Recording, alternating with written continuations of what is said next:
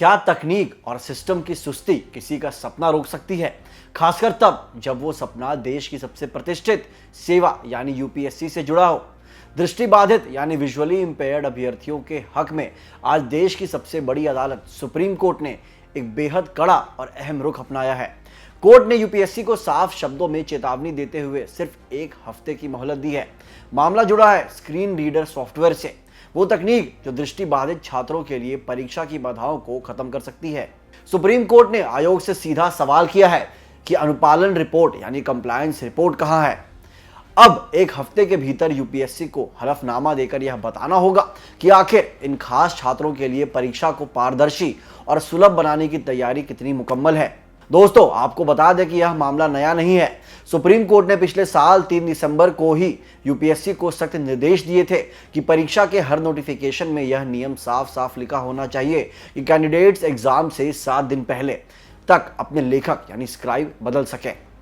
इतना ही नहीं, कोर्ट ने 2 महीने का समय दिया था ताकि यूपीएससी एक डिटेल रिपोर्ट पेश करे जिसमें स्क्रीन रीडर सॉफ्टवेयर को लागू करने का पूरा प्लान, उसकी डेडलाइन और पूरी प्रोसेस की ब्लूप्रिंट हो। लेकिन अब ठोस कदम ना उठाए जाने पर कोर्ट ने अपनी नाराजगी जताई है और आयोग को अपनी स्थिति साफ करने के लिए सिर्फ 1 हफ्ते की आखिरी मोहलत दी है। यह फैसला दिव्यांग छात्रों के लिए परीक्षा को और अधिक और सुलभ बनाने की दिशा में एक बड़ा कदम माना जा रहा है। दोस्तों, सुप्रीम कोर्ट ने न केवल सॉफ्टवेयर लागू करने की बात कही है बल्कि सिक्योरिटी और स्टैंडर्डाइजेशन पर भी पूरा जोर दिया है। अदालत ने यूपीएससी से साफ तौर पर पूछा कि इस सॉफ्टवेयर की जांच यानी इसकी टेस्टिंग और वेरिफिकेशन कैसे की जाएगी ताकि परीक्षा की इंटीग्रिटी बनी रहे। इसके साथ ही आयोग को यह भी बताना होगा कि वह सभी परीक्षा केंद्रों पर इस सिस्टम को एक समान तरीके से कैसे लागू करेगा। सबसे बड़ी बात यह है कि कोर्ट ने यूपीएससी से यह स्पष्ट करने को कहा है कि क्या नेक्स्ट एग्जाम साइकिल से ही सभी एलिजिबल कैंडिडेट्स को यह सुविधा मिल पाएगी या नहीं। यानी आने वाले 1 हफ्ते में यूपीएससी का हलफनामा ये तय करेगा कि दिव्यांग छात्रों के लिए भविष्य की परीक्षाओं का स्वरूप कितना बदलने वाला है। दोस्तों, इस पूरे मामले की अगली सुनवाई अब 23 फरवरी को तय की गई है। यह मामला न्यायमूर्ति विक्रम नाथ और न्यायमूर्ति संदीप मेहता की बेंच के सामने सुनवाई के लिए आया था। सुनवाई के दौरान यूपीएससी के वकील ने कोर्ट को भरोसा दिलाया कि आयोग अदालत के सभी निर्देशों को पूरी तरह से पालन कर रहा है, लेकिन डिटेल हलफनामा तैयार करने के लिए उन्हें थोड़ा और समय चाहिए। इसी दलील को स्वीकार करते हुए पीठ ने यूपीएससी को 1 हफ्ते की आखिरी मोहलत दे दी है। अब सबकी नजरें 23 फरवरी पर टिकी हैं, जब यह साफ होगा कि यूपीएससी तकनीक के जरिए परीक्षाओं को कितना इंक्लूसिव और एक्सेसिबल बना सकता है। इतना ही नहीं दोस्तों, सुप्रीम कोर्ट न केवल सॉफ्टवेयर पर ही बल्कि पूरी व्यवस्था की पारदर्शिता पर जोर दे रहा है।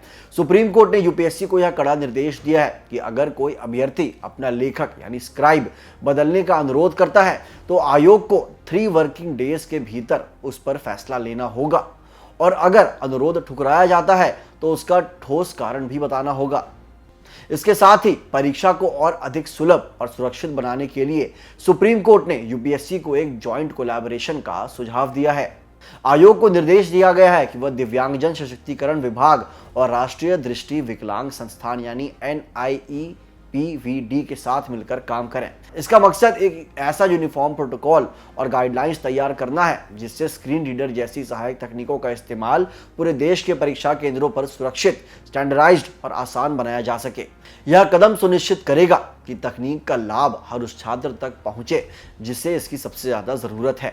तो फ्रेंड्स, यूपीएससी का यह मामला सिर्फ एक सॉफ्टवेयर के बारे में ही नहीं है बल्कि उन सभी हजारों आंखों के सपनों के बारे में है जो देख नहीं सकती लेकिन इस देश को बेहतर बनाने का जज्बा रखती हैं। सुप्रीम कोर्ट की यह सख्ती उम्मीद जताती है कि भविष्य में हमारी सबसे बड़ी परीक्षा प्रणाली और भी ज्यादा इंक्लूसिव और एक्सेसिबल बनेगी।